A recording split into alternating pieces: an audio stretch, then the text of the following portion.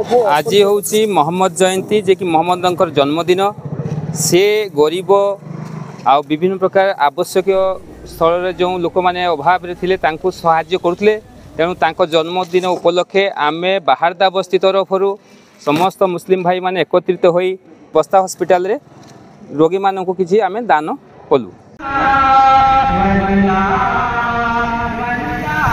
समग्र विश्व में महापुरुष मोहम्मद को जन्म जयंती उत्सव अनुष्ठित होइथिबा बेले बस्ता निर्वाचन मंडली सहित विभिन्न स्थान में मुसलमान संप्रदाय पक्षर मोहम्मद को जयंती रे ग्राम रे एक विशाल शोभायात्रा बाहरी बजार परिक्रमा करथिले। एही शोभायात्रा रे विभिन्न जगार मिष्टान्न बंटन करा जायथिला। एही शोभायात्रा रे बस्ता पुलिस प्रशासन पक्षर व्यापक सुरक्षा व्यवस्था करा जायथिबा बेले शांति श्रृंखला सह समस्त कार्य को समापन करा जायथिला। नियारा ढंगरे एही खुशी को आहुरी आडंबर करिबा पई बाहारदा बस्तीर हुसैनी कमिटी पक्षरु बस्ता हॉस्पिटल रे रोगी को सुखिला खाद्य बंटन करथिले।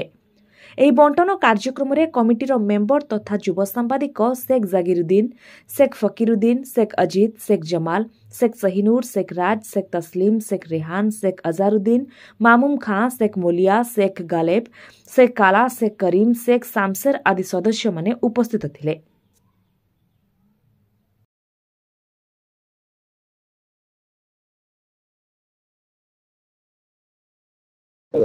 मन हूँ जागिरुद्दीन, घर हूँ बाहारदा। आज हूँ महापुरुष मोहम्मद जन्म जयंती। यही उपलक्षे आज बाहारदा बस्ती पक्षर समग्र विश्व में यही मोहम्मद जयंती पालन कराऊँ। आज यही परिप्रेक्षी आम बालेश्वर जिलार बाहारदा गाँव में एक विशाल शोभायात्रा गाँ पक्षर अनुष्ठित होता। जगह जगह मिष्टिन बंटन व्यवस्था कराई ता सत्वे आम हुसैनी कमिटी बाहारदा बस्ती तरफ बस्ता हॉस्पिटल रे पाखापाखि 80 रोगी को आम सुखला खाद्य बंटन करूँ। यही अवसर रे आज समस्ते भाईचारार एक प्रतीक समाज को जनाइबा आम उभय हिंदू मुस्लिम मिसिकी यही पर्व को सुख शांति सह पालन करूँ। बस्ता पुलिस प्रशासन पक्षर मध्य सहयोग थिला। शांति श्रृंखला सह आज दिनटा को आम समस्ते पालन करूँ।